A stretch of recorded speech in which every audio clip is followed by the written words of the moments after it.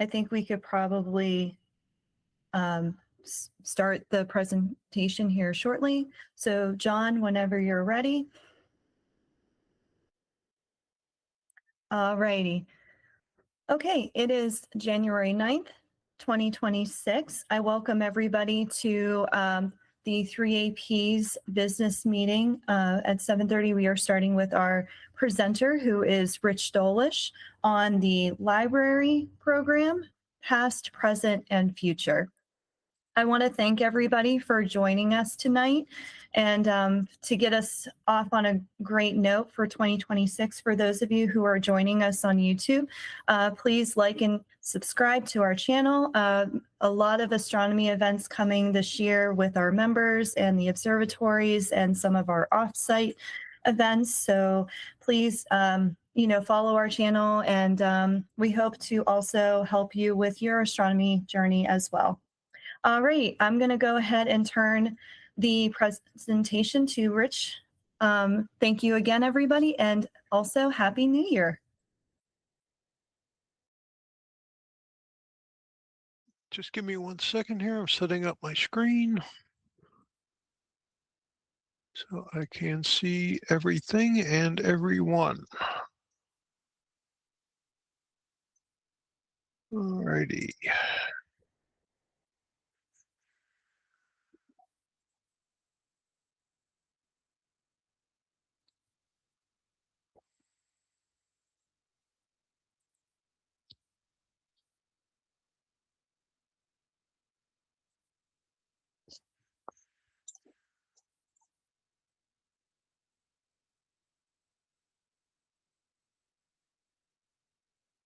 Can you see my presentation screen?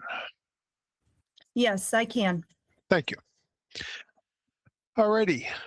Tonight, I want to talk about the Library Telescope program. I've been interested in the concept basically since I started helping out with libraries, helping out with the library star parties. I recently saw they were expanding and looking for volunteers. So I reached out and I joined up with them about a month ago. Now, this presentation itself is geared towards why an astronomy club should partner with the Library Telescope program. But my goal is also as a way for our members to partner with their local libraries and how it can benefit the club and the library.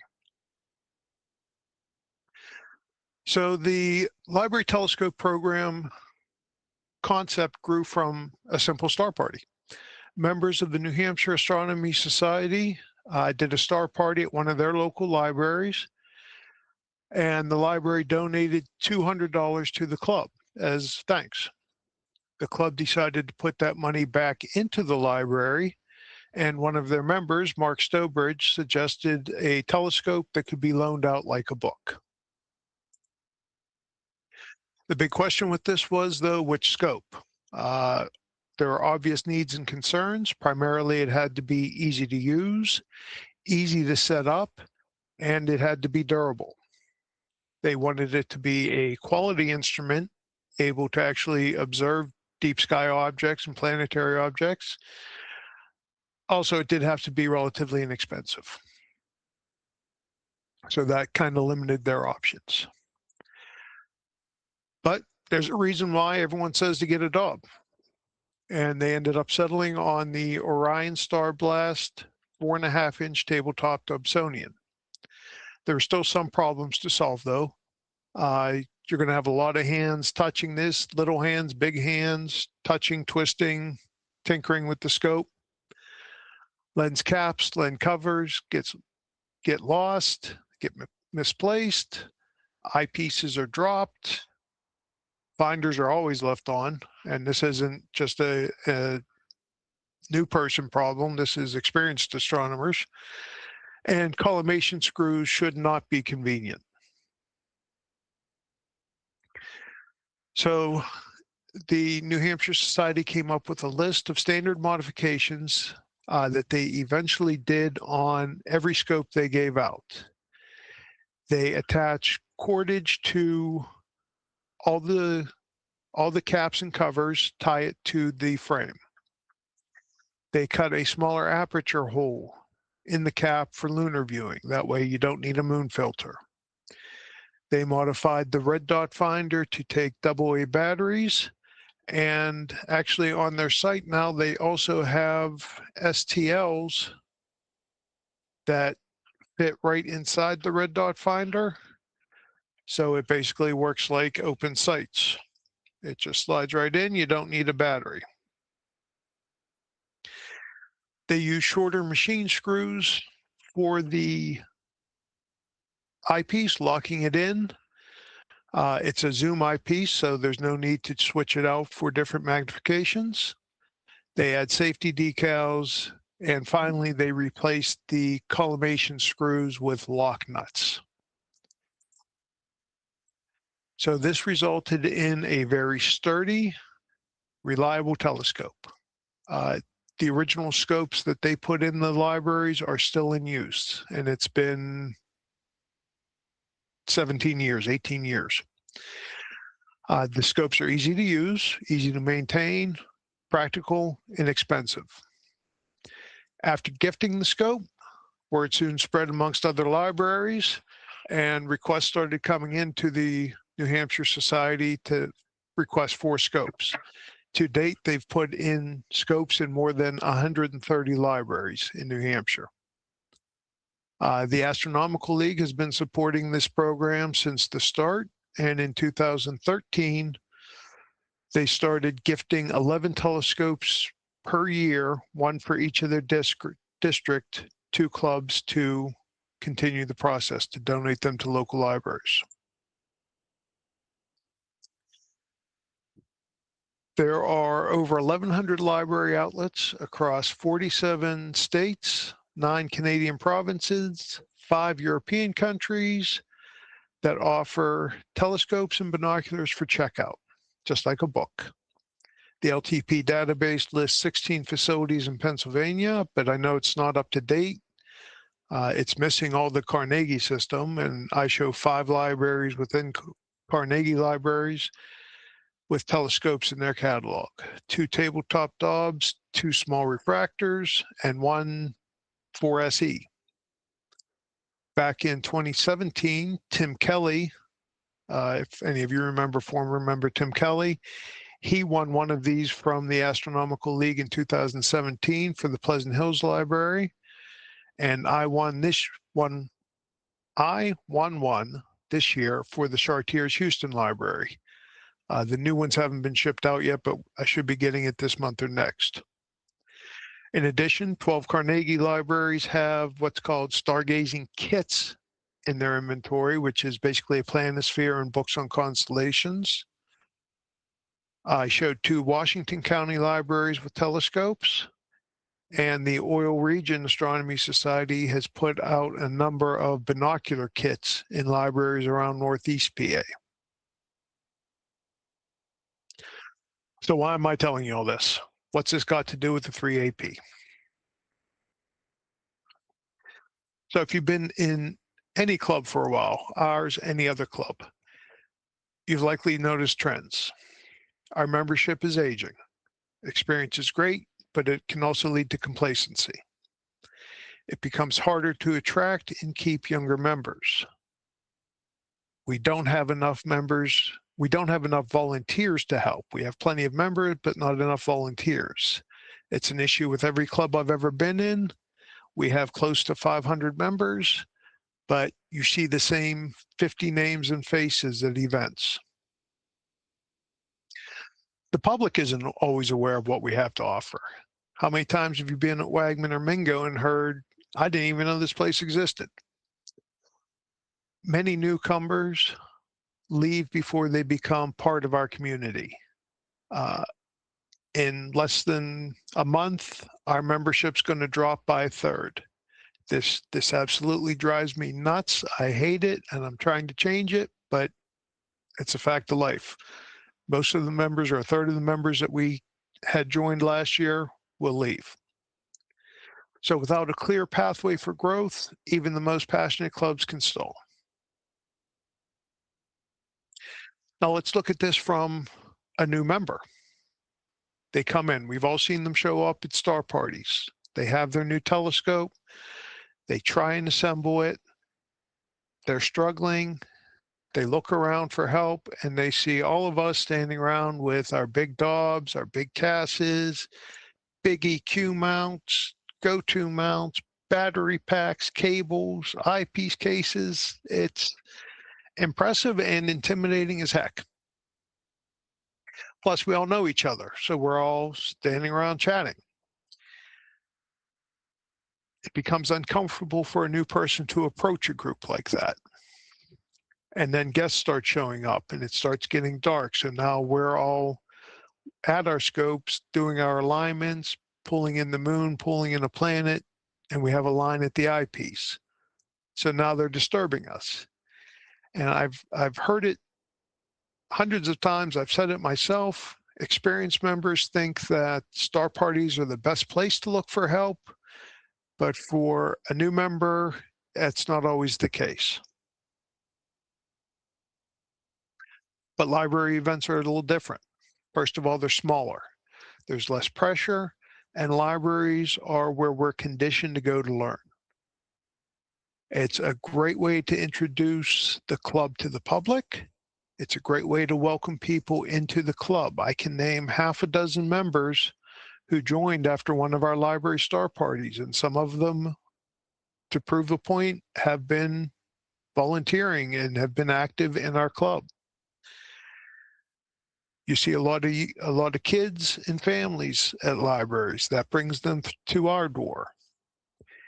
It boosts our visibility in the community. It's a great way to introduce the basics of astronomy to the public and to new members.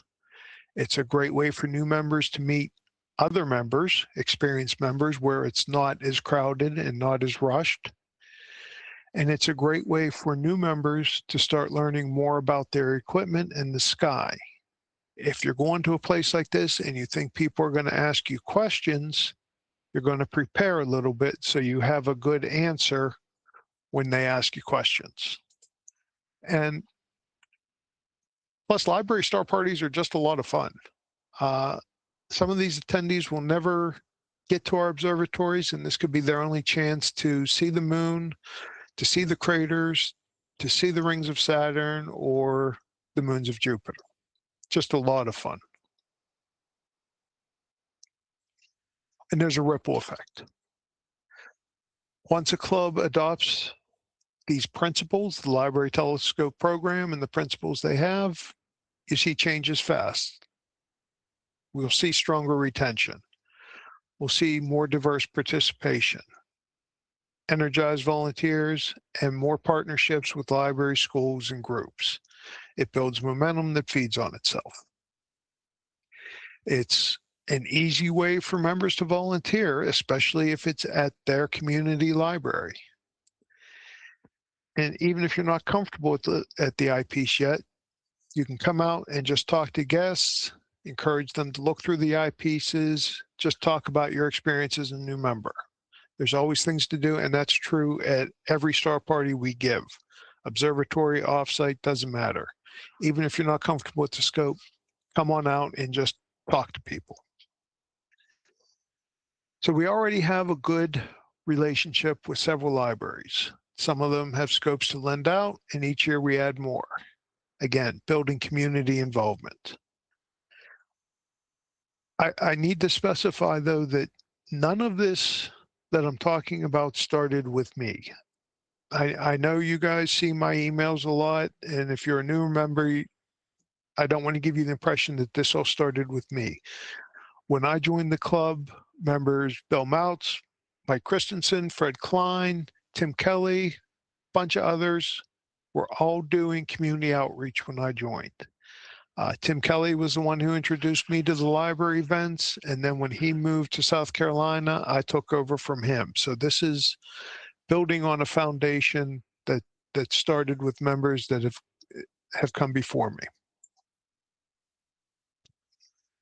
And like I said, originally how it worked, they encouraged the libraries to purchase the equipment through their own funds, through their own donations and sponsors.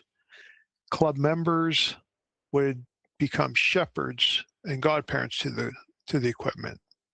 And this was very successful, and the demand for the loaner scopes outweigh the supply, and there's often long wait periods.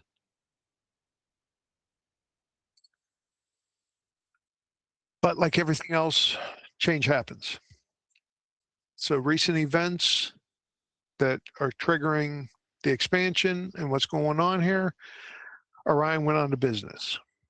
So limited supply of that nice tabletop dog.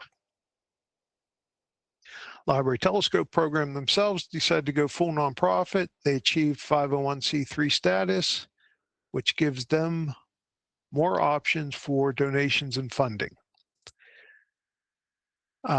They're also developing a plan to expand the concept and to grow as an organization. And finally, if they want to grow, they need a new supplier.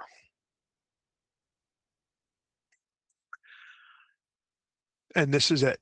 So the Library Telescope Board worked with High Point Scientific, who at first had bought up all the old Orion stock when they went out of business. So they had a small supply of these scopes. And then the LTP board and High Point Scientific worked with Apertura to develop the scope you see here. And this is a ready to go, out of the box scope for libraries. All the modifications New Hampshire Library and the Library Telescope program encouraged are here. You can see the caps are tethered. There is a small aperture cap for lunar viewing. It's still a zoom eyepiece. It's permanently installed in the focuser. Block nuts for the collimation bolts on the primary. They include a nice little bag here with a red headlamp in it, place to store batteries. They have the magnification cross-reference there, and the QR code links to a couple helpful guides to help them navigate the sky. Still a traditional red dot, so you take what you can get, I guess. And these are the concepts the Library Telescope program is exploring. So there's the traditional set, stargazing for all, getting the scopes in the libraries, having astronomy club members be ambassadors, take care of the scopes, and they have the new scope itself. They're developing a tailored astronomy experience by audience, the Stars 4 series, Stars for Schools, Stars for Parks, Stars for Dark Sky Sites, Stars for Scouts, Stars for Veterans. And when I contacted the LTP about volunteering, Don Ficken, the president, set up a meeting with me, and we started talking about the Stars for Veterans and the veteran outreach that we currently do at the VA. You know, he was very impressed by what the club did, putting that observatory at the VA, and it's really the direction he wants to see this going. So I joined the LTP as a special projects volunteer for the purpose, for the Stars for Veterans. Finally, they have the Stars Connect series. So it's collaborations, corporations, fundraising, sponsorships, astro clubs, you know, getting the astronomy clubs involved more, and planetarium Stars Connect, getting planetariums more involved.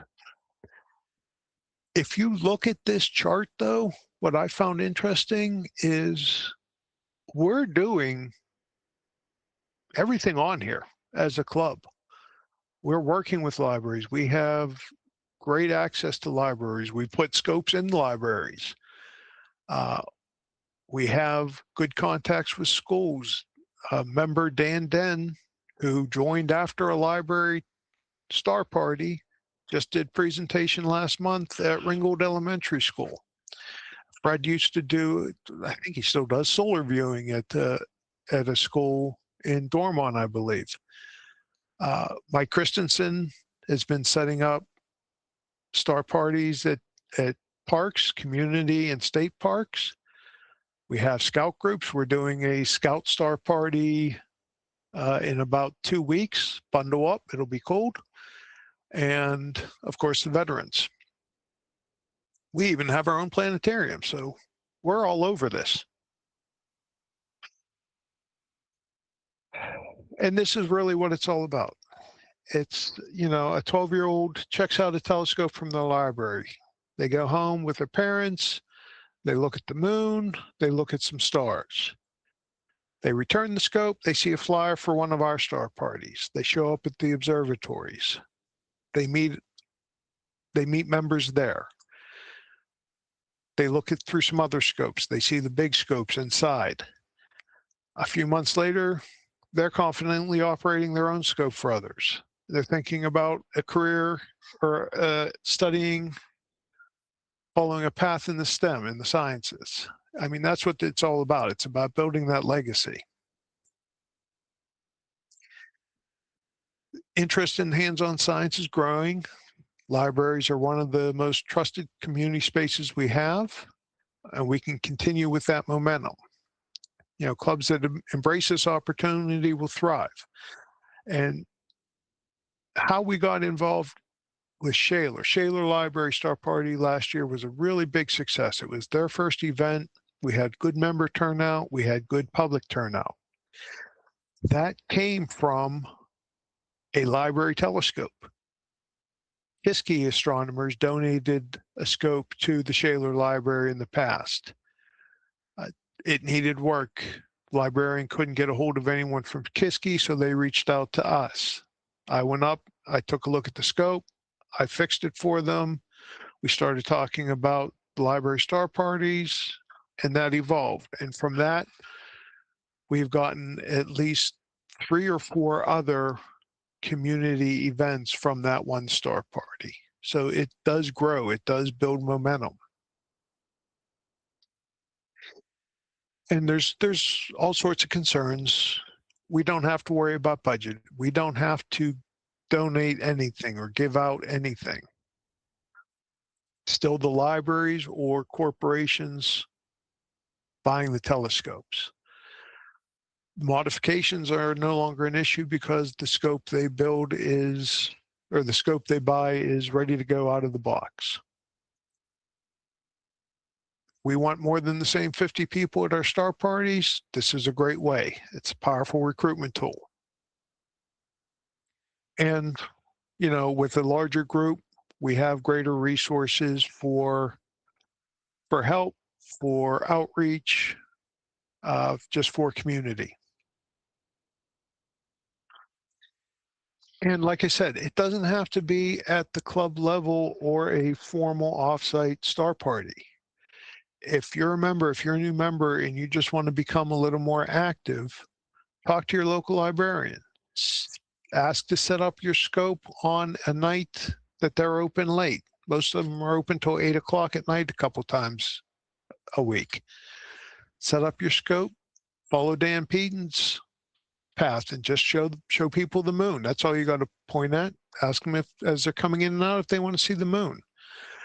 I guarantee you people ask the librarian when the scope's going to be back, and they're going to want to do a bigger star party at that point, and then we can set it up. Jody Farr set up with his local library. He was doing a monthly event last year or the year before, and I know that got to be too much, but he still does community events at that library. So it's just, it doesn't have to be through the club. You can just go out and start sharing the sky with other people. And if it is something you're interested in and you do want to help at a national level, please reach out to the Library Telescope Program. They can always use the help as well. All right, that's all I have for now. Do you have any questions for me? Like I said, I'm new with the group, so I might not have all the answers, but I can certainly find them out. Where are you at here? Yeah, Dave. Can you hear me? I can hear you. Yeah, good. Just a couple of quick questions. Have you considered the smart scopes like the C-Star 30 and 50? I mean, they're Yes. $500, but They are inexpensive, but it does require a little more tech savvy. So not everyone going to a library might have the smartphone. They might have an older or an expensive smartphone to be able to use it. And there's a greater chance of the technology dying. So that's kind of why they're avoiding the smart scope. all right. They're indestructible. Are there any instructions that go along with the scopes? Yeah, most of them will include a planisphere or a book on constellations, things like that. And there are links to the Astronomical League star charts. But I mean, is there any sense in polar aligning the scope or anything like that? No, for anything like that, for the DAW, they don't do anything. I've suggested to Shaler that we could record a small short video of just how to set it up and what everything does, just that people could view.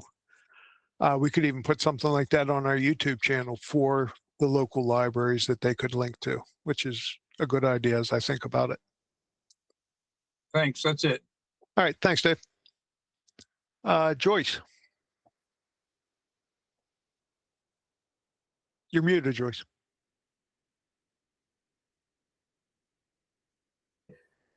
I pushed down on my tab button, my button that usually, never mind. What are the logistics of how these are lent out in the library? How do libraries lend out big pieces of equipment like this? Basically, just like a book, Joyce. I mean, how long? Do you know how long? And what are there any different requirements for an object as opposed to a book? Or no, I was at Shaler Library when we gave away that scope earlier last year. For those of you who don't know, last year SV Boney donated a visual scope package that we raffled off to anyone who attended a star party, and someone from Shaler won that. But they have, Shaler Library has fishing rods, they have sewing machines, they have the telescope, they have a whole lot of other equipment. And talking to the library, it's just loaned out like you basically would a book. There are no other requirements, no deposit required. You sign it out. If you're a member, you sign it out.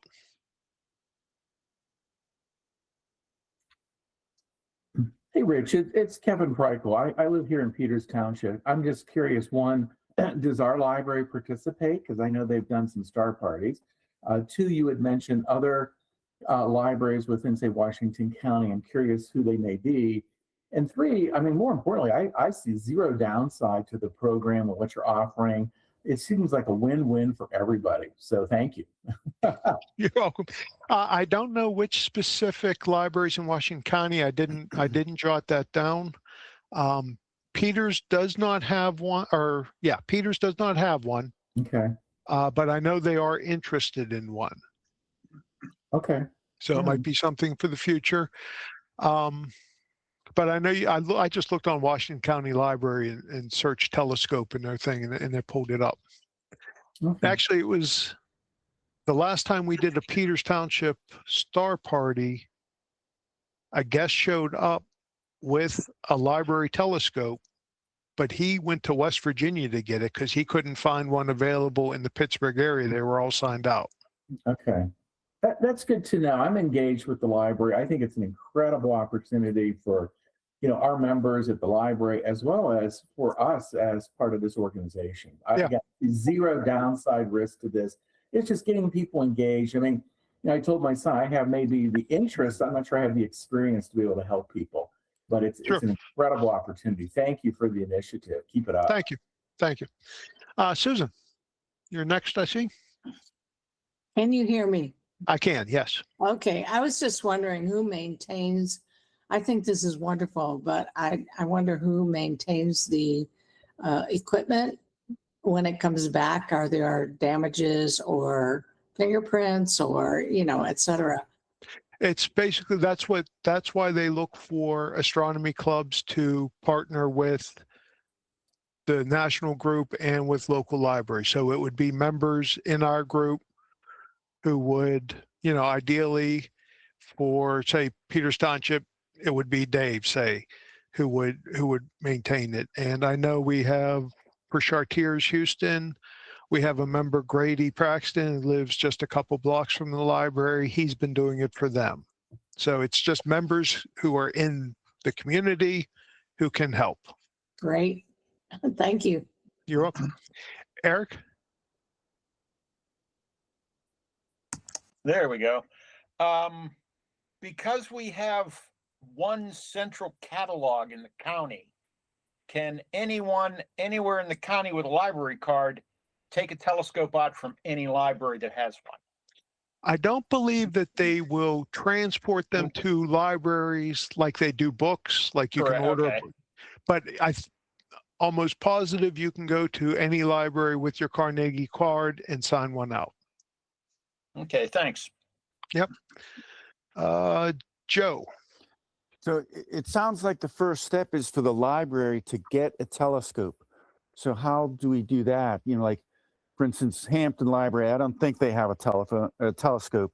So We what would, do we have to do to say, would you like to get a telescope? And then we I can mean, help. that's a conversation to have with the librarian because most of them have already key donors and key sponsors. So that's something where, like right now, they have to raise the money themselves.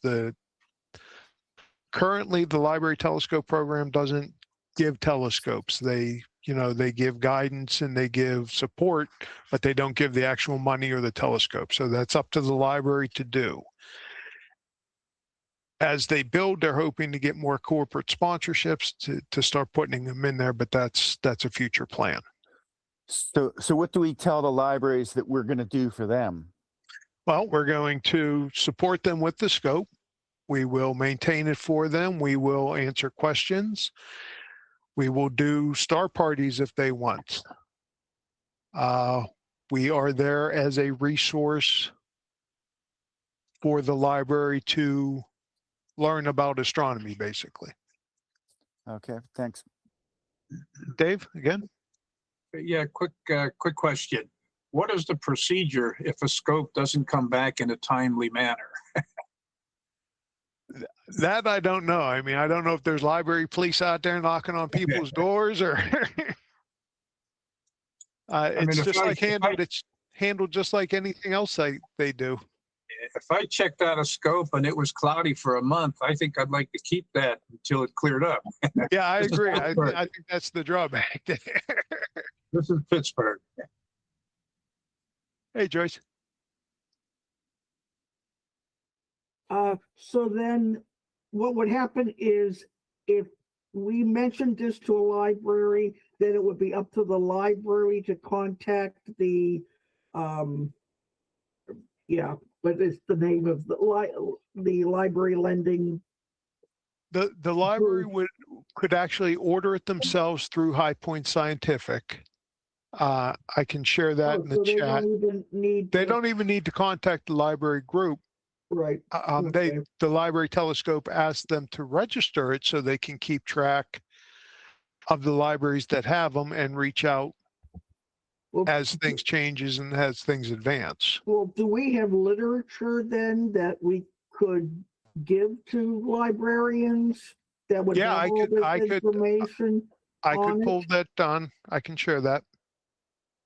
Yeah, because if I was, for example, if I was going to a library, I would want to have something in writing to give to them with all the pertinent contacts Yeah, and they have. information while I'm discussing it with them.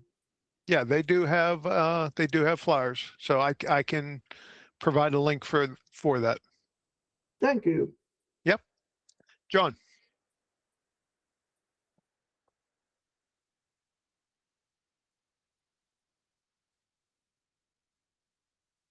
It's about $350, and that's like I said, that's everything they need. It's out of the box, set up, ready to go.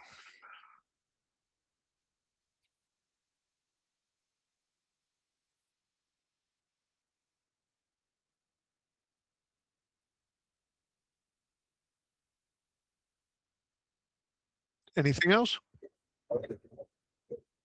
Hey, Rich, this is Bob. Yeah, Bob. So you're saying that High Point has some sort of a contract or something with this library association that you joined? They have the specifics. They know what type of telescope to send and everything. Yeah, if you go onto the High Point Scientific site, and let me pull it up and I can share my screen.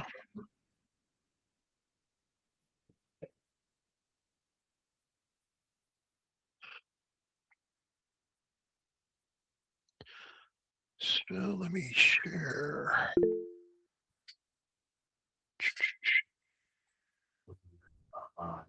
There we go. So this is it right here. $370. It's a 114 4.5-inch tabletop dub. And it's as you see it, there's nothing else to buy.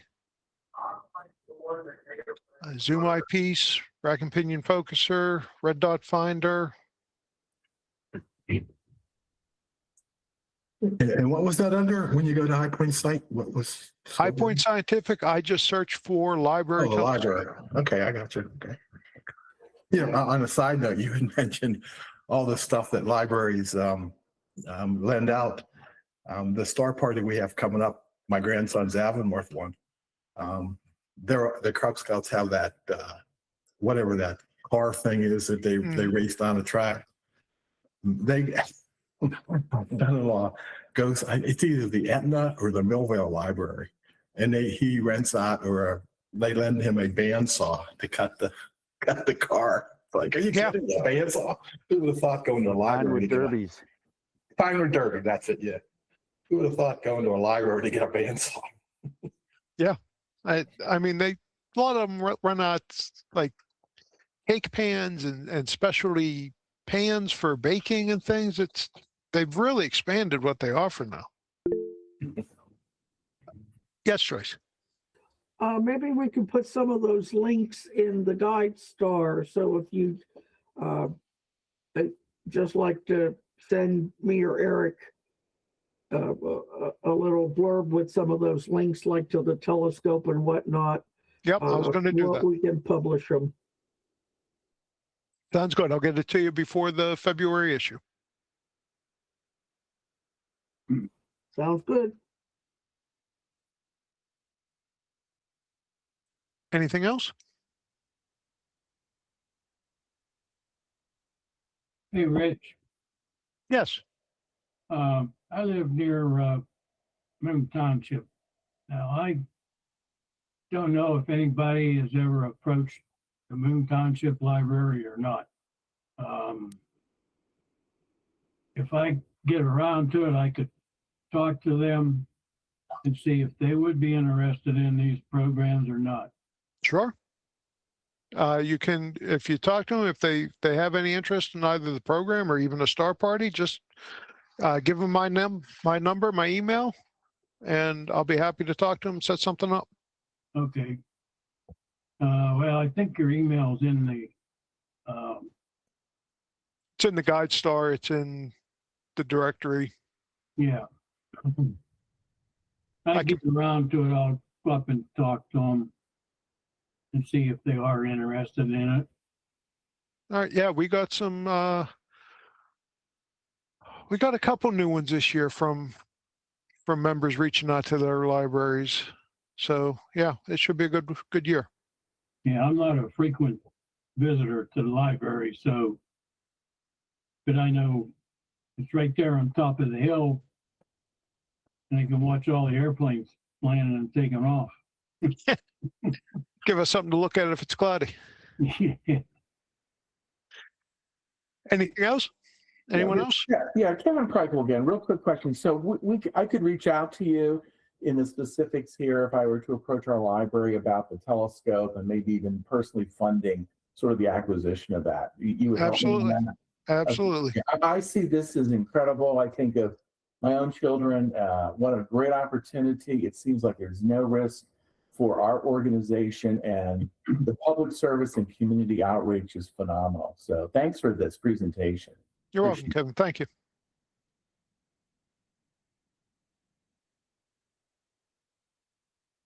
Anyone else?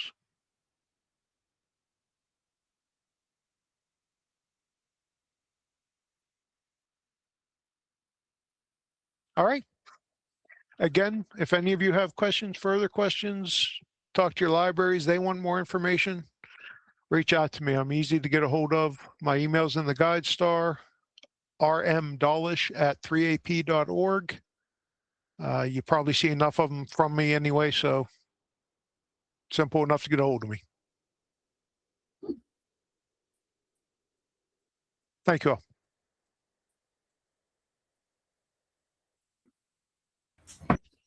All right, thank you so much, Rich. Very nice presentation and lots of information too. So again, make sure you reach out to Rich if you have a library in mind that could benefit from that program. Obviously, any information or also volunteering too. You know, don't be afraid to offer to see if they would like help with like hosting a star party. Education, of course, definitely want to have our outreach program, you know, be available to any of the community libraries. So again, Rich, thank you very much. Alrighty, it is almost 8:15. We're going to go ahead and pause until 8:30 for the business meeting. So I will go ahead and keep the meeting going for any of those who would like to have any discussions, but we will reconvene again at 8:30 p.m. And again, thank you very much, and just hold tight.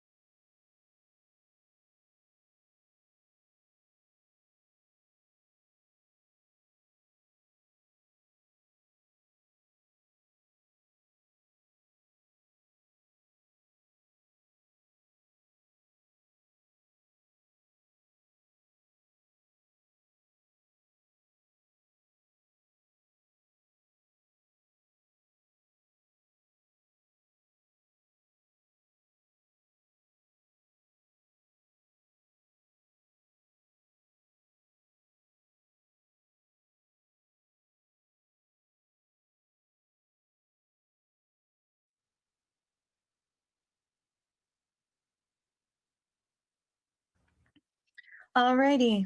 Welcome back, everybody, to our 3AP General Business Meeting starting at 8:30 p.m. on January 9th, 2026.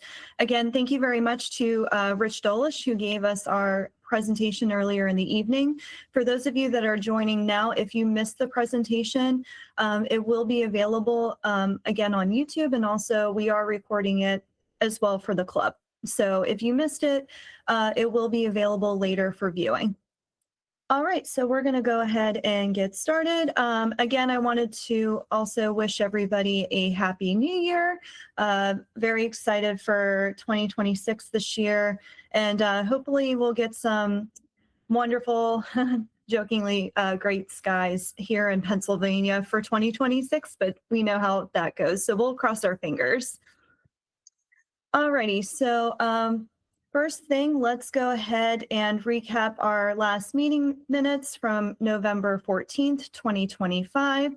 Rich, whenever you are ready, I will turn this over to you to go over and read the minutes. All righty, I'm actually prepared. So meeting date, November 14th, 2025, 7:30 p.m. Business portion called to order by Kristen Crawford at 8:15 p.m.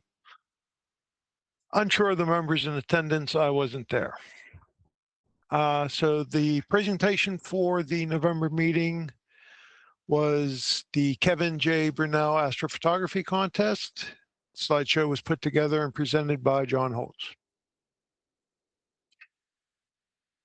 The minutes of the October general business meeting were read by Kristen Crawford. John Holtz made the motion to approve the minutes as read, seconded by Amy Kaminsky. Motion was unanimously approved. John Holtz did not prepare an upcoming astronomical events. Officer reports. Kristen Crawford reported that an executive committee meeting was recently held with another plan before the holiday party. She noted the recent cloudy weather, but is hopeful for clear winter skies. John Weskovich recruited a speaker for March 26. January meeting was still open at the time. And Eric Fisher offered to help members with PowerPoint if they wanted to do a presentation for the club. Recording secretary was not present. Corresponding secretary had no updates. Treasurer was not present. IT committee chair was not present. Joyce Osborne Fisher noted the magazine will print contest winners, will send out contest winners separately to avoid an excessively large file size. Gail Reiger reported 7 new members since the October business meeting. Kristen read the names of the new members to be voted on by the attendees. Frank Paston made the motion to accept the new members. Mary Devon seconded the motion. Motion passed unanimously. Observatory reports. Eric Fisher reported the following for Wagman. All grunt work at Wagman is complete. Termite water remediation, flooring, painting, drainage. Due to drainage work, members should observe on the west end of the hill near the bird shelter. Installation of security cameras and lock boxes are in progress. A new Cassini image of Saturn will be installed as a mural in the Brashear room. The final star party was November 22nd, and a members-only star party and rededication is planned for June 13th, 2026. Also, John Stump was welcomed as a consulting member to the Wagman staff. Brian Crawford reported the following from Mingo. The annual chili cook-off was occurring the next day. The annual event was held on November 15th. Formal star parties are ending. Winter viewing sessions will be coordinated via Discord, and the committee plans to work on spectroscopy setup over the winter. Old and new business. Holiday party scheduled for December 12th, Buffalo Inn. It was a very nice event if you weren't there. Club dues, discussions regarding dues increase continued, and that actually went into effect for 2026. The rates are on the website, I believe, and they do include the Astronomical League membership. Kristen was looking for nominations for the volunteer awards. They have been presented and published in the Guide Star. Security warning. Members were alerted to phishing scams involving fraudulent Microsoft support numbers. That was Frank Paston brought that to our attention. The Astronomical League also recently suffered a hack.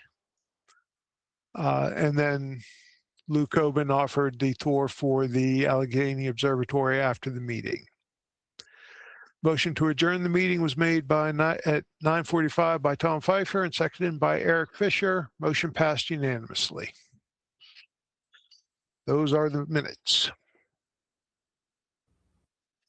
All right. Are there any comments, changes that need to be made to the minutes from November 14th, 2025?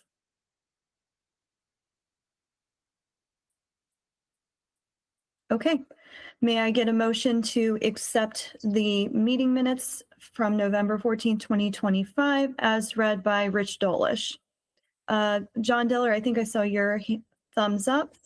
Do I have a second? Lish, I see a thumbs up. All right, all those in favor, thumbs up, aye. Aye.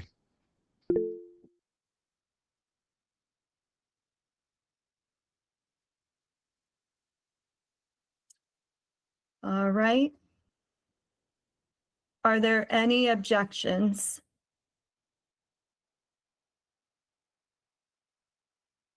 Any abstains? Okay, motion passes. Thank you very much, everybody. All right, moving on. So our next item on I the believe agenda. someone has their hand raised.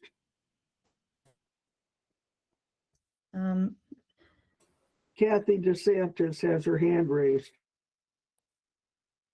Oh, it's down. She probably just left it up when she was voting, Joyce, but thank you. Okay. All right. So next item on our agenda is Look at That by John Holtz. John, are you on tonight? I don't see him on the members. Okay. He did send me his PowerPoint in case he wasn't going to be able to make it tonight. So if you just give me a moment, I'm just going to switch my PowerPoint presentation.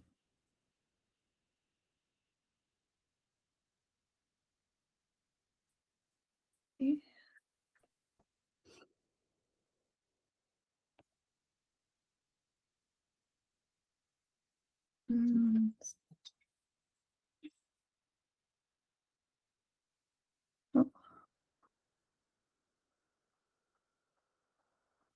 See. Okay. All right.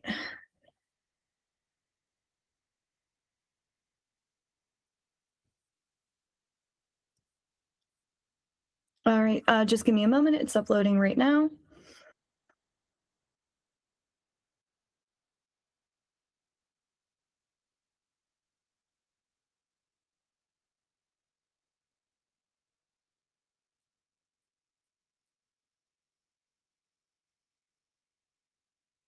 Right. All right, can everybody see Look at That by John Holtz? Okay, perfect. Thank you, everyone. All right. So the first thing that he had sent was a picture here. It looks like by Chuck J of Orion. Orion Nebula. Yes, thank you. All right, so upcoming events for 2026, January 9th through the 10th, Jupiter will be at opposition. On January 14th at dawn, the crescent moon will be 3.5 degrees from Antares. January 27th, Pleiades, 2 degrees to the right of the moon. You will be able to see them naked eye possibly. January 30th at dusk, the moon joins Jupiter in Gemini. February 2nd, from 8:47 to 9:46, the moon calls to Regulus. I don't know if is that AM or PM? Does anybody know? That's going to be AM. AM? Okay, I Yeah. thought so. Thank you. February 5th at dusk, Venus returns to the evening sky and is 4 degrees from Mercury. On February 17th, annular eclipse, not visible from here, unfortunately. On the bottom here, he has the moon phases. Looks like, I was gonna say, is that two new moons, right? The 18th and the 17th. I was trying to figure out the different color in the. Eric, I see you moving here. Is it both new moons, right? It's a new moon on January 18th and another new moon on February 17th. Okay. But why is that gold? Yeah, That's that's. the eclipse. Oh, okay, that makes sense. Uh, I'm like looking and I'm like, wait, why is that a different color? Yeah. Threw me off there for a minute. Okay. Oh, I see what you're asking. Okay. Yeah, that's why I hesitated for a second. Like, I'm pretty sure It's that's the a new. sun. It's the sun peeking out. Yeah. I was just like, wait a minute. It's the sun peeking out. All right. Does anybody have any questions or comments with the upcoming events list that is on the screen right now? Yeah, I saw on the email from Sky and Telescope today that tomorrow morning is a rare transit of Callisto across the face of Jupiter. Hmm. I believe mid-transit is at 2:55 a.m. Okay. How high is Jupiter still fairly high at that time, right? Yeah, it should be near the meridian. Okay. And I think what makes this transit rare is that Callisto is the furthest of the Galilean moons. So getting that moon to cast a shadow at just the right angle and the right time is tough. Not a shadow, Eric. This is a transit of the moon itself. Oh, I misunderstood. Okay. Yeah, but it is, you're right. It's the furthest out, and also it has a slight tilt to Jupiter's equator. Okay. I think Sky said 0.3 degrees. Okay. So Oh, okay. usually it passes above or below the ball Okay. of the planet. And you said this was like between 2 and 3 o'clock in the morning Eastern time? Yes, well, they said mid transit is at 2:55. Okay. They didn't give details about start and end times, but you can look that up on Stellarium or whatever planetarium program you like. Okay. Does anybody know what the weather's looking like? I haven't looked. Gives us plenty of time to drive somewhere without clouds. Oh, okay. I mean, true. That is true. Well, as long as there's no snow coming or ice coming, I would not recommend, if you want to make some plans, just make sure no ice and no snow. So if not, just make sure you are prepared. All right. Is there any other questions or comments before we move on to the next slide here? Okay. All right. I'm trying to see.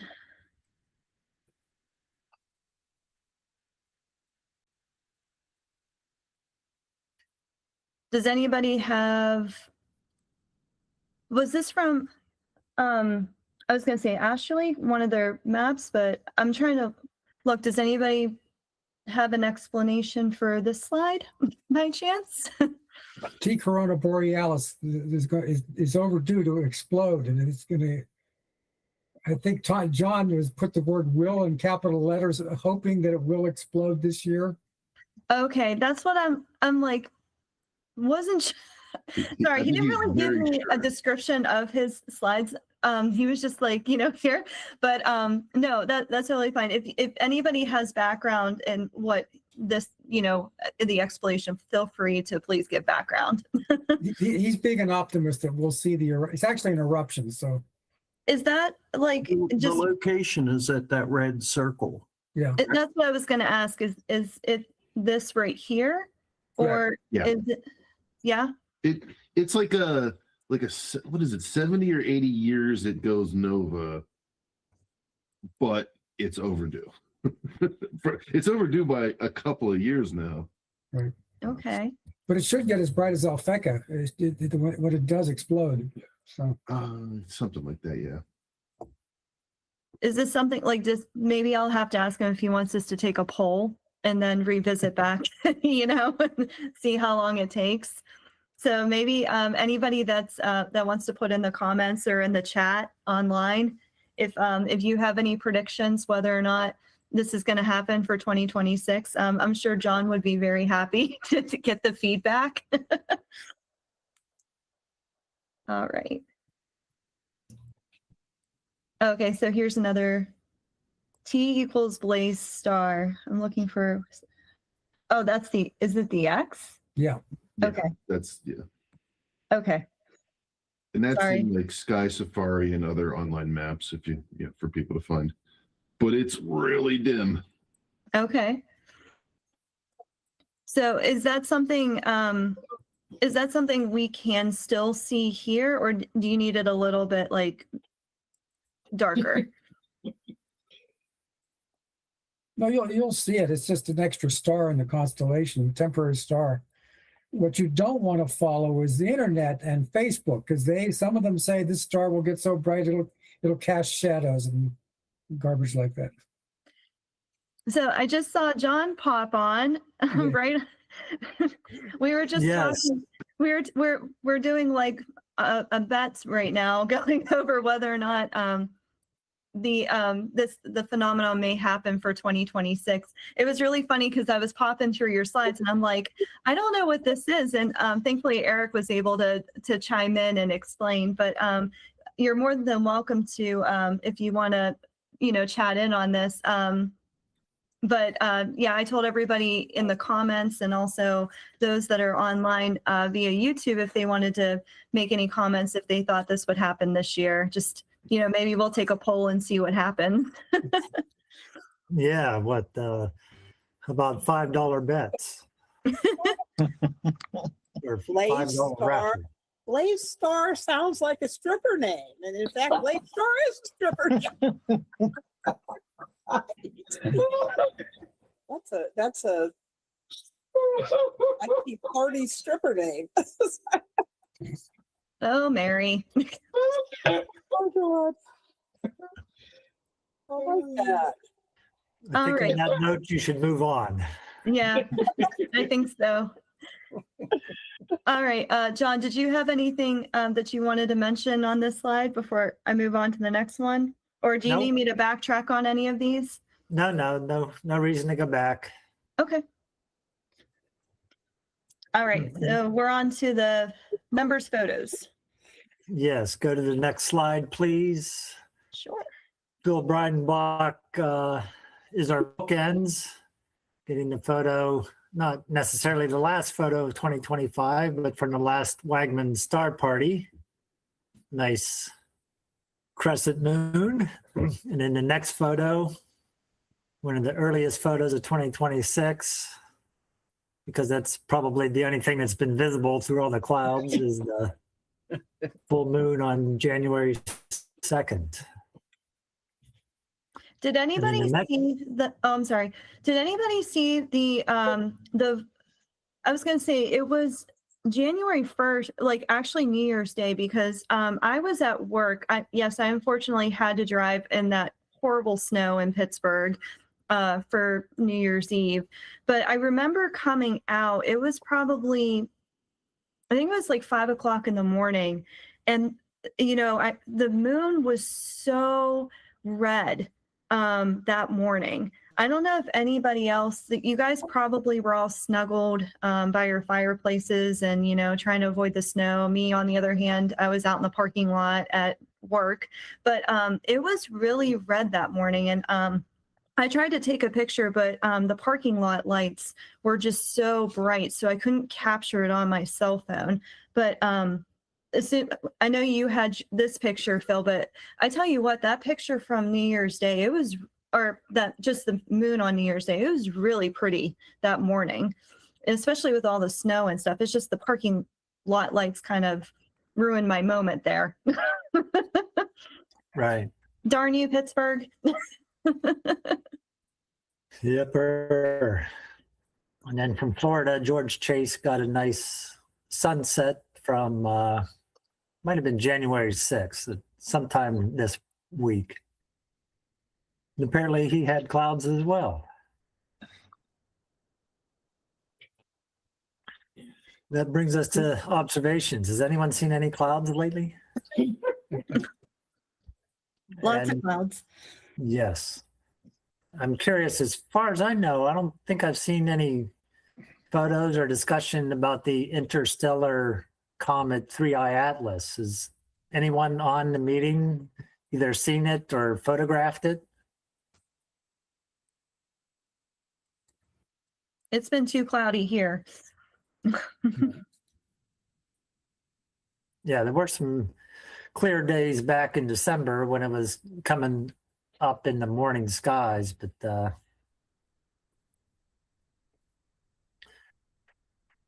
yeah, and doesn't sound like anyone else has any other observations to talk about. Yeah. John, just a real quick one on the perigee. I don't like supermoon. Perigee full moon on January 1st, 2nd. Couldn't sleep, bundled up, went out about 3 in the morning. It was almost directly overhead.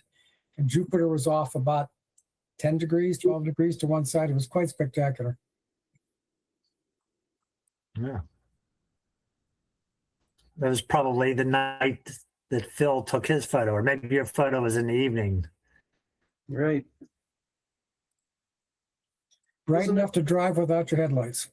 Isn't it fascinating going out in the middle of the night and being able to see just about everything?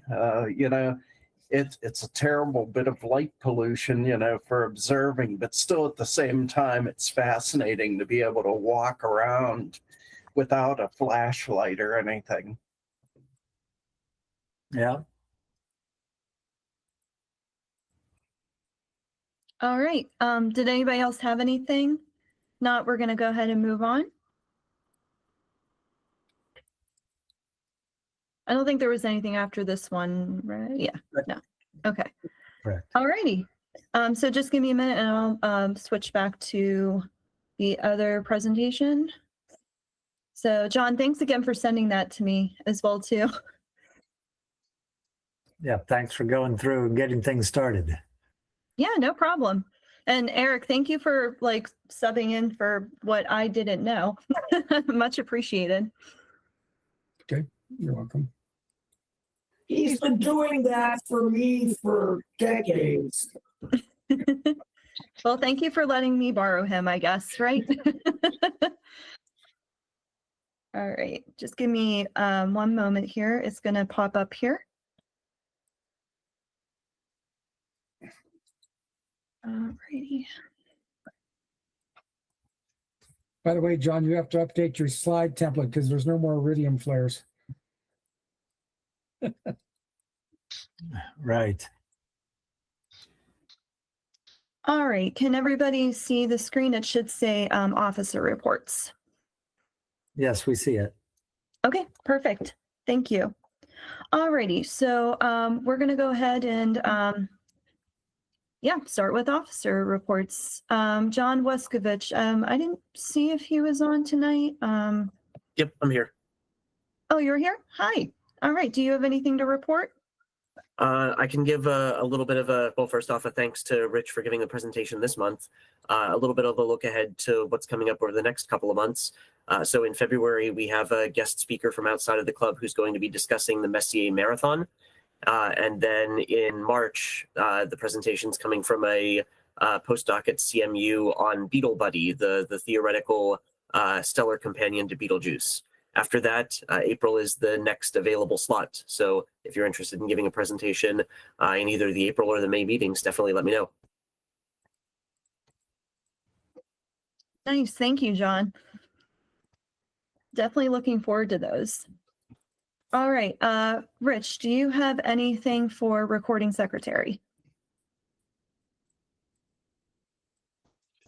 Nothing from recording secretary.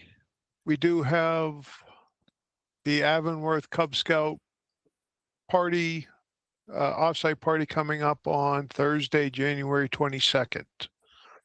So it's Bob Fryman's grandson's Cub Scout troop, I believe. So that'll be out in Avonworth. Details will be in the Guide Star. That's Okay. it. Okay, thank you. All right, Lish, I saw that you were on. Do you have anything to report for corresponding secretary? Not at this time. Okay, thank you. All right, I saw Patrick was on. I saw in the comments something was said about nothing to report. I'm assuming that was for Gail. If not, go ahead and let me know.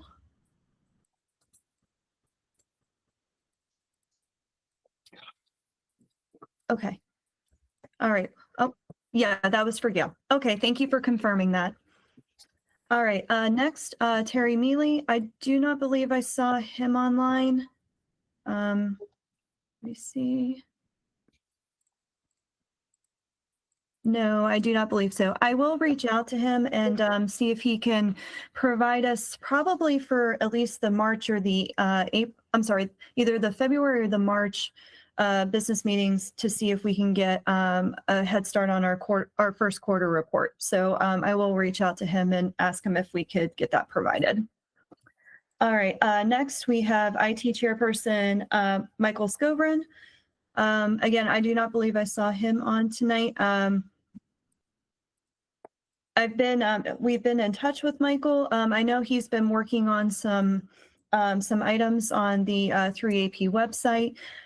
So if anybody is seeing anything that potentially looks a little bit like glitchy, I know right now we are in sort of a grace period for like membership renewals. I believe the majority of our members have already renewed for 2026, but for those of you who may have forgotten, we will get into that here shortly with the business portion of the meeting.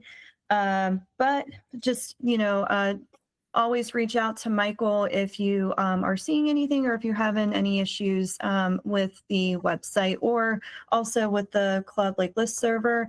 And also if you have any issues with Discord, for those of you who use the club's Discord channels, please reach out to John Stump. All right, next, Joyce, do you have anything for the Guide Star?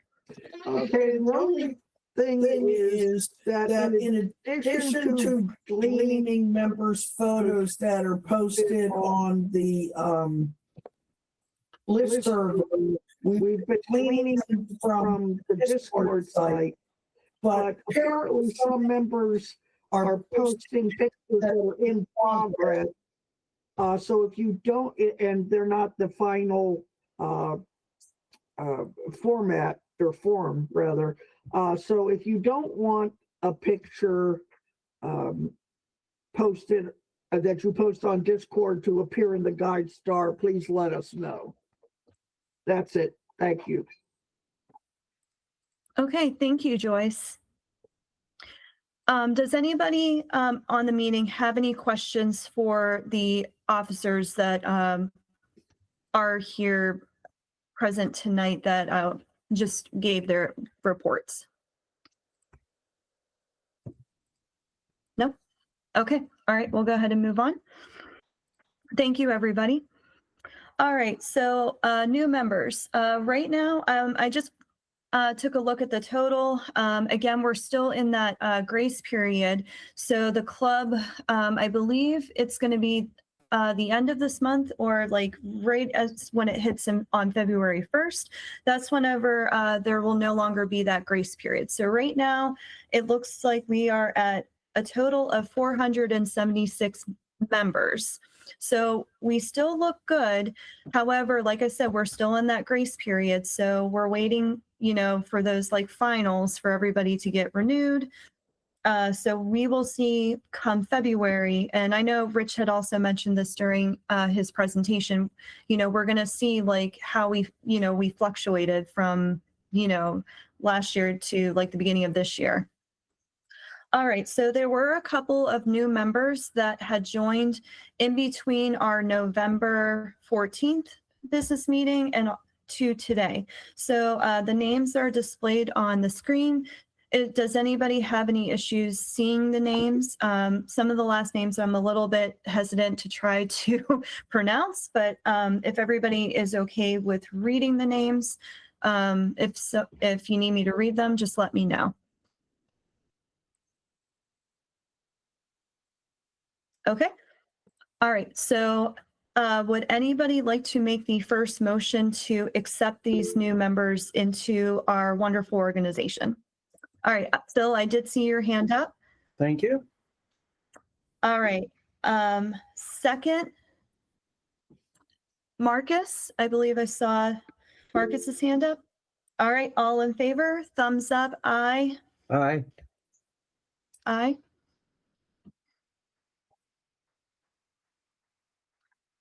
All right, are there any objections? Say no.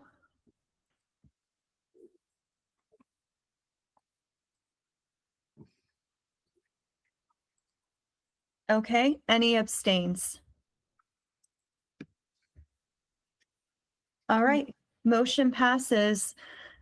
Are any of these new members present tonight?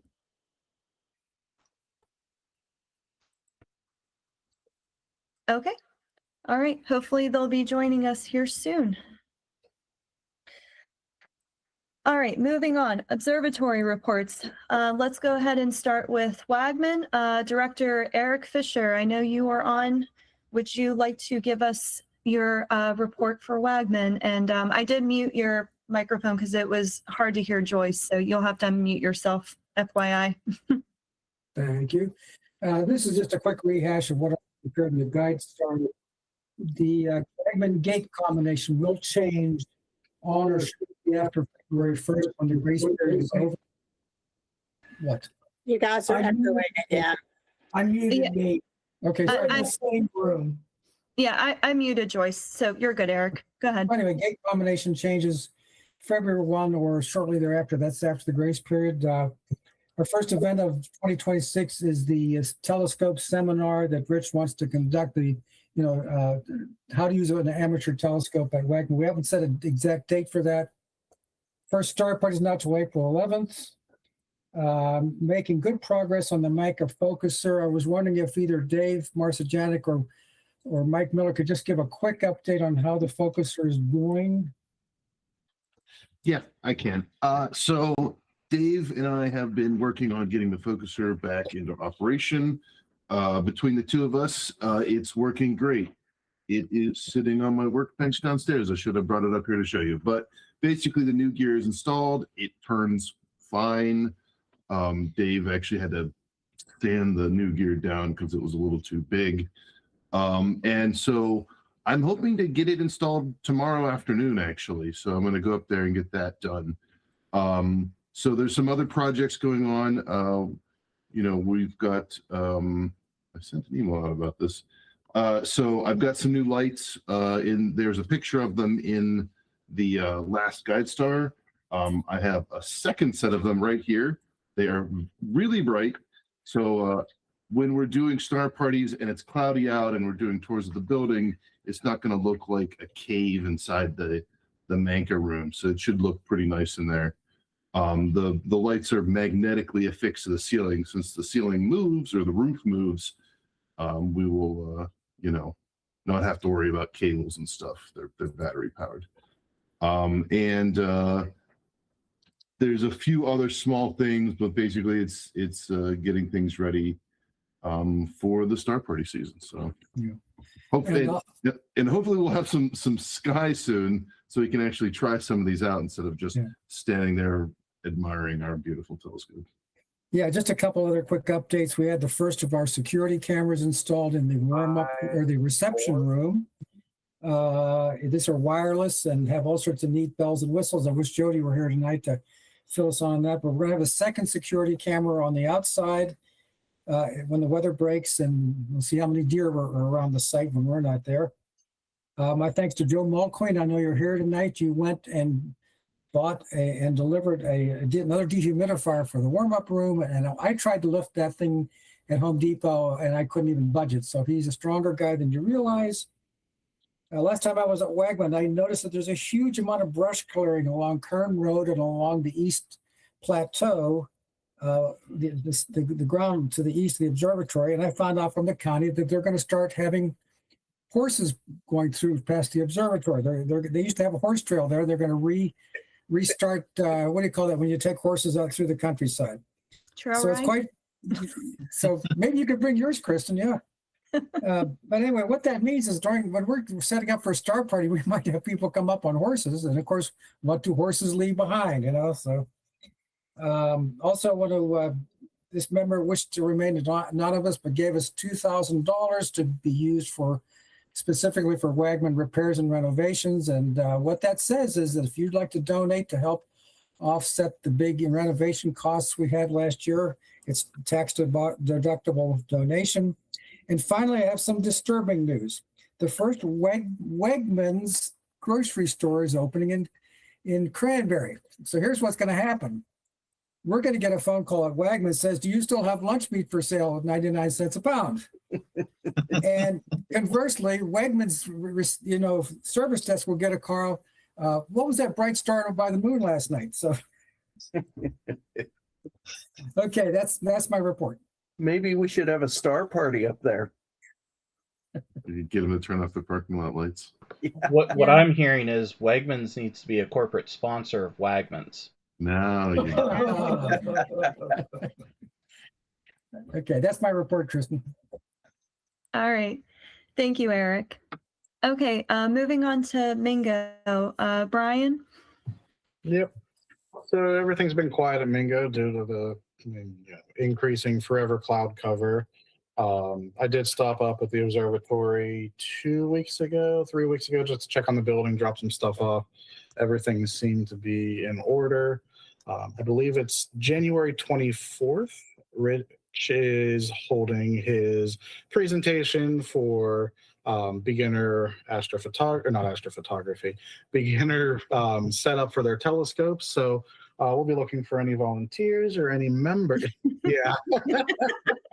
Or any members that want to sit in and do some visual observing, or if they have questions about their newfangled scope that they may or may not have gotten over the holiday season, definitely come on up. I believe the details will be in a guide star, a guide star soon as far as times, but that's the 24th. Other than that, Mingo's business as usual, except for the clouds.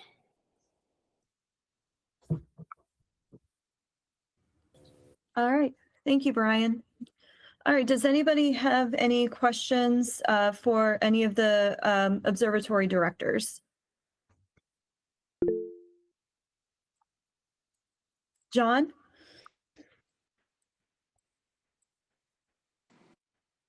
Are the Star Party schedule cards out yet? They will be ordered tonight. I finished making the flyer today, and I put together the cards today. I'm guessing, based upon shipping timelines, they'll be here by the end of next week. Okay. Thank you, Brian. Yeah, I'm gonna order 2,500 of them to start. And Kristen, maybe I can meet you up at Quest Diagnostics to take a stash for Wagner. Yeah, absolutely.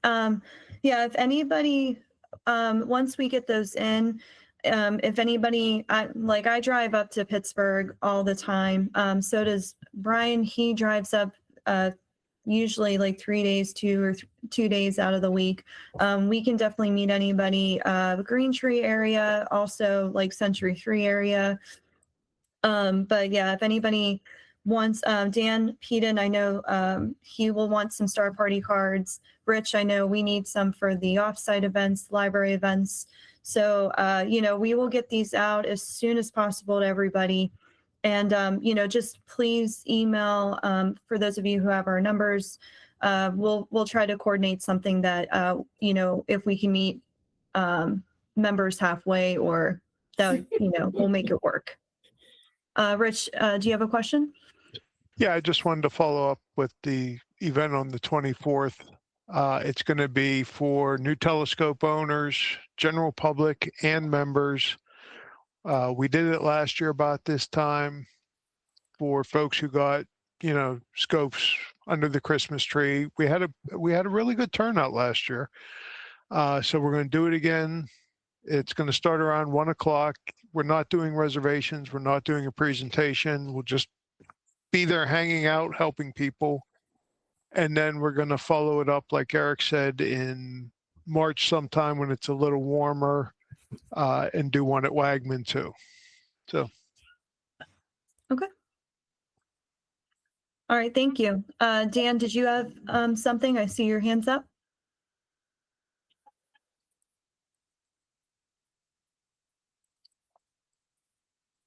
It might be muted. Yeah, he's muted. I don't know if he, maybe he had it up and forgot to put it back down. All right, we can always circle back to him. All right, did anybody else have anything further for the officers for the observatories? Christian, is the new schedule going to be posted online or in the Guide Star? I believe, I'm pretty sure it is online already. It's The also in the calendar Guide is Star. updated with the dates, Frank. It's on the club calendar. It's on the webpage. It's also Yeah, on page 3 of the January Guide Star. Thank you, guys. Okay, Frank, does that answer your question? Yeah, thank you. You're welcome. All right, are there any other questions? All right, thank you. All right, old and new business. Excuse me. All right, so for old business, we did have the holiday party on December 12th at the Buffalo Inn in South Park, PA. At the holiday party, we did give out the year-end awards for the 3AP. So this year's award recipients, for those who did not attend the holiday party or didn't get a chance to see it in the Guide Star, this year award winners for the brochure was Joyce, for Lindblom, Dave, Jody, Bob, John Stump, George, and Rocco. For the Harrison, Lish was our award winner. For Nova, Angel, Harry, Daniel, Brandon, and Amy. So I just wanted to again congratulate these individuals on their awards, and again thank them for all of their hard work, and also for their volunteering for last year for 2025. And again, here's to hopefully a good year for 2026. All right, next thing, part of old business, which is kind of like wrapping into like new business as well too, is the club dues. So the executive committee did agree and vote on an increase in club dues it started for January 1st. This is going to be for, of course, new members. So that grace period for renewing, I'm sorry, I take that back. For the end of the year from December, it was the old amounts, and then starting just January 1st, we were going to the new amounts. So for student, it is $30. For individual, it is $50. And then for family, it is $75. So just to also comment, maybe potentially answer some questions about the club dues increases. Again, we did come to this conclusion based on the based on the expenses that we've come to for the past couple years in regards to, just renovations with the buildings, also the cost of equipment, also educational supplies, for our star parties, for our offsite. So, we are probably one of very many clubs that actually have our due amounts very low in comparison to a lot of other clubs. Obviously, we're not trying to put anybody in a predicament with, paying for their membership. However, just know that this is going to a good cause. Obviously, this helps keep things running at the observatories. Also, with the outreach, I feel that we've gotten a big jump on our library, our offsite. We're also doing more events at schools. So, this in turn it's going back to the community. Also, equipment wise, we did a great job with the loaner scope program. At least last year, I know at Mingo, Rich and Brian kept up very well with providing access for our members to borrow scopes to use, on a monthly basis. So again, it's just providing all those supplies. So, again, just wanted to say that, this is going to, again, a good cause. The other thing that we decided to do was we wanted to also include the AL membership. So again, you no longer have to pay that separately. That is coming with the club membership as well too. In all honesty, the Astronomical League, they offer a lot of different programs, awards, certifications. They also have their own webinars. They do a lot of lectures. So I just hope that everybody understands that, this, of course, was a very long time. It's been 15 years since I believe we've done a club due increase. And, again, it's going for a great cause. If anybody has any other questions or comments, feel free to reach out to me. And again, we thank you so much for your support and, continuing to be a member of this great family with our club. Okay. Is there? You might also want to say that only $6 of the increase is going for the Astronomical League membership. The rest of it is for our expenses. I was going to say, I actually think it's actually less than that. I want to say it might be only about $3 for a full club membership. So it's only a couple dollars, but you are correct. It is only a couple dollars for the Astro League membership. I thought the 3 was to get us in line with their fiscal year, but it'll be 6 for the whole year. Yeah, well, that's what I said. Starting off for this year, but if everybody wants to see the full amount, we can post that for next meeting. All right. Are there any other questions? Okay. All right. So next for new business.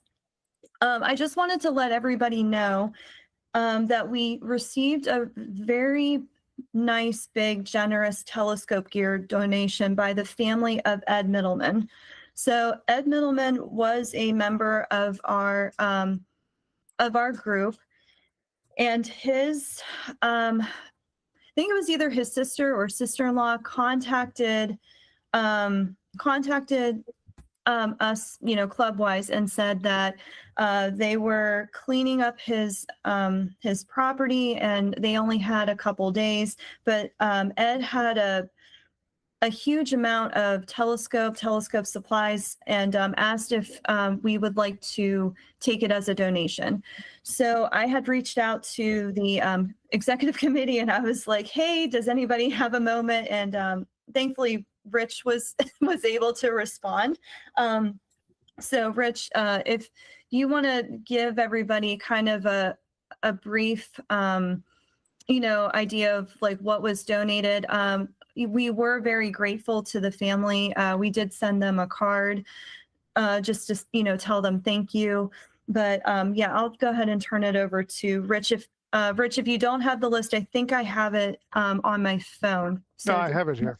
Okay, perfect. So yeah, I went out. His sister, they live in Washington, D.C. They were just here cleaning out the apartment. They knew he was a member, and they thought they can't use it in D.C. metro area, so they thought it'd be nice to donate it to the club. So honestly, I went out, I didn't know Ed personally, but I went out expecting the kind of scopes we normally get dropped on our doorstep. But it's some nice quality gear. So there was a Celestron 80 millimeter refractor, a pair of Orion 25 millimeter by 100 binoculars.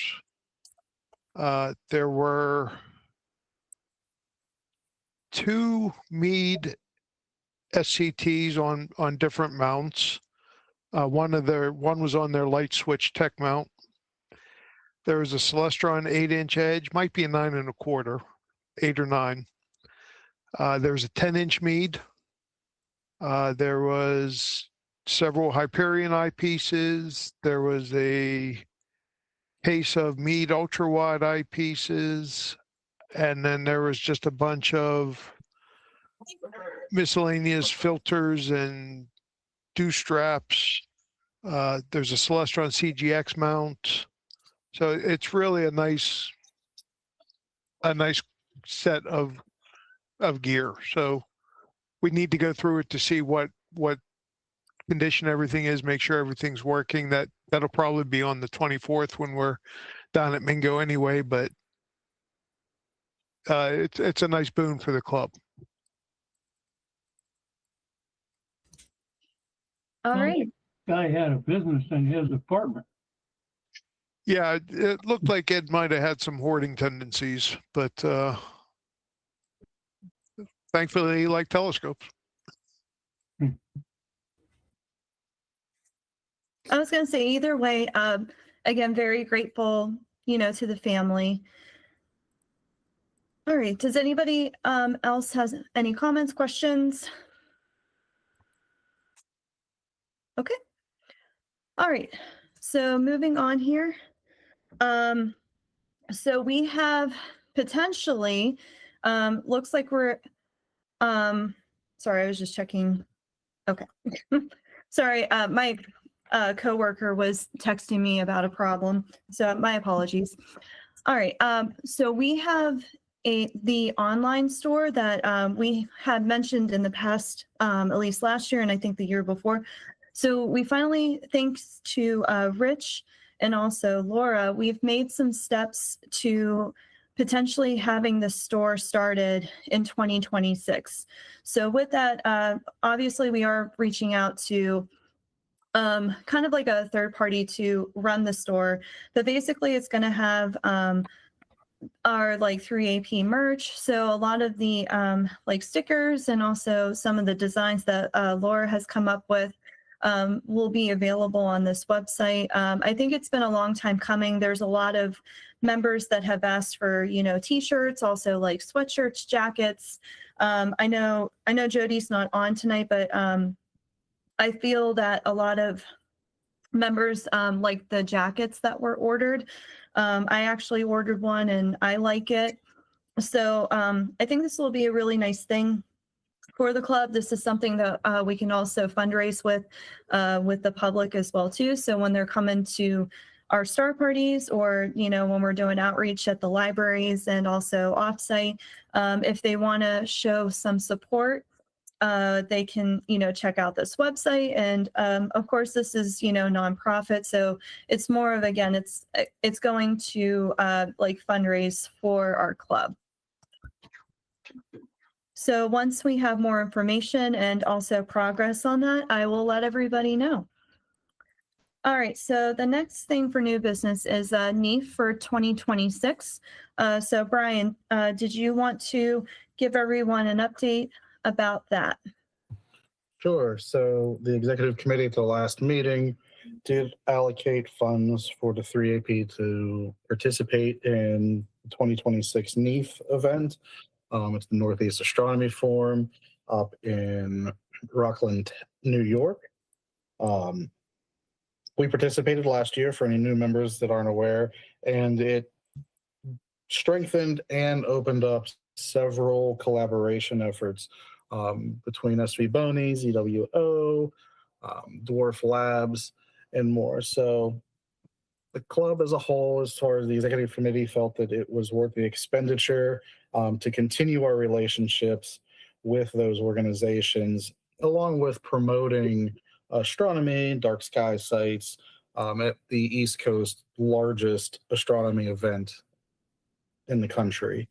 So there will be 6 members that are going to be attending NEAF and representing the club. Of course, if you're planning already on attending NEAF and you want to stop by the table and assist, feel free to do so. You won't be able to get in early though, because that's part of being a exhibitor. But we do plan on going there.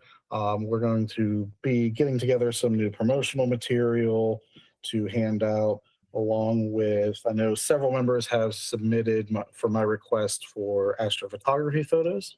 Just like last year, we're going to use any submitted photos for printing postcards to give out as handouts, and then the surplus will be distributed between the 2 observatories. Any questions?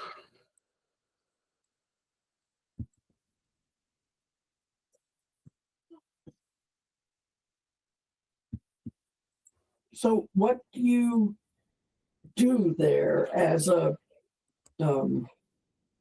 you're not just attending, you're not a vendor, but so how do you engage with the participants?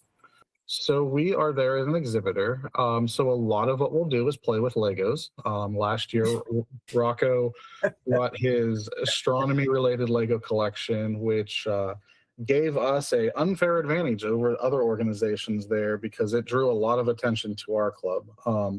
We met members, previous members. We met people that didn't know that Pittsburgh had a club that was from Pittsburgh. We met people that, oh, my grandfather was a member of the club, or my father was a member of the club.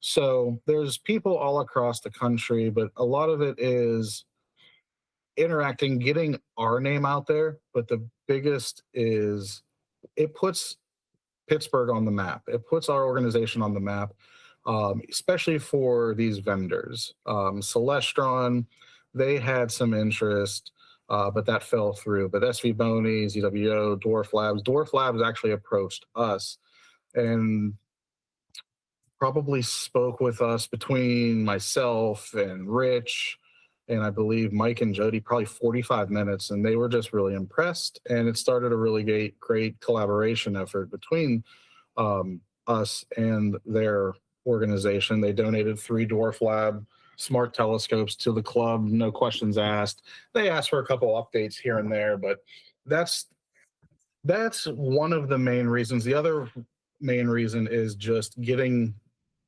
people that don't realize we have an organization that are local to our area.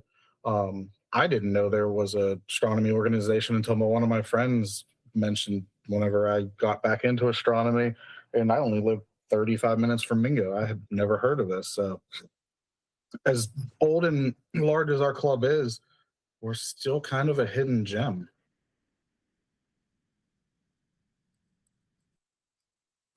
Thank you I did that sort of also for any new members, so they understand too. absolutely. Any other questions? I see Dan Peden's hands up. I don't know if that's residual or if you have. Okay.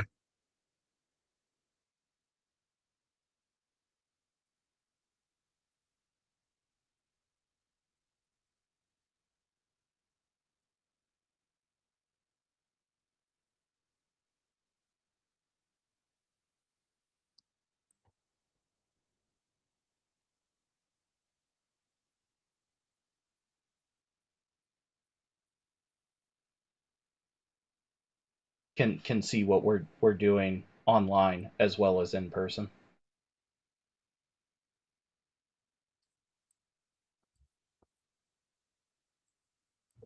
And I'm still waiting on Terry to get back to me. I emailed him about a week ago or so for to reserve everything. I still haven't heard back from him. I'll probably have to follow up with him because we're nearing the deadline for entry.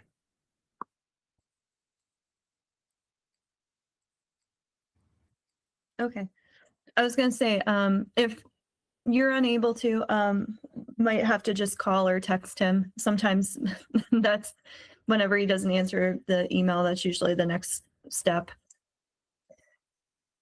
All right. Does anybody else have any questions, comments for new business? Okay. All right. So we'll go ahead and move on. All right. So I know Brian and Rich already mentioned this. So on January 24th at 1 p.m. is the Beginner Telescope Help presentation. Rich, I forgot to ask you, was there an Eventbrite for it? I just asked Lish today, actually, if she could post one out there, so she'll put one out there. We're not really going to take reservations for it, but just to get it out there so people know. Okay. Sorry, I forgot to ask about that before. And then you said the Avonworth Scout was, which date was that? I apologize. That's Thursday, January 22nd. It's at Ohio Township Community Park in Sewickley, PA. Okay. Should be on the calendar on the website. Okay. All right. I didn't show, I don't know if it showed up on my phone or not. I'll check later, but I just want to make sure. Thank you. Mm-hmm. All right. Is there any other event reminders? And then I'm assuming we'll get, oh, sorry. Go ahead, John. Okay, the next quaffing is 2 weeks from tonight at Max's on the January 23rd at 7:30.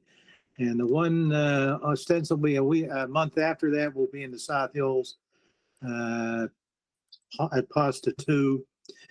And another thing is I'm considering, finding out if anybody would rather have these dinners Saturday afternoons instead of the usual Friday nights we've been doing, because it's like cattle at some of these places.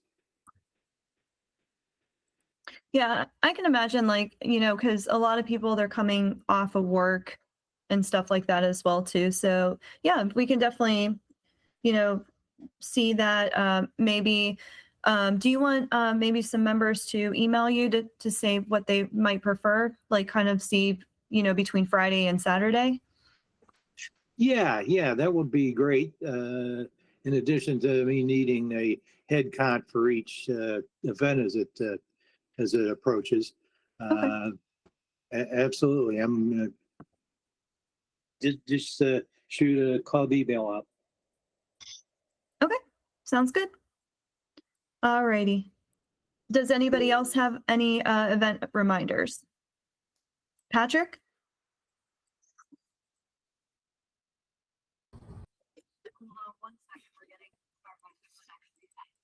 I'm sorry, your microphone is way too low.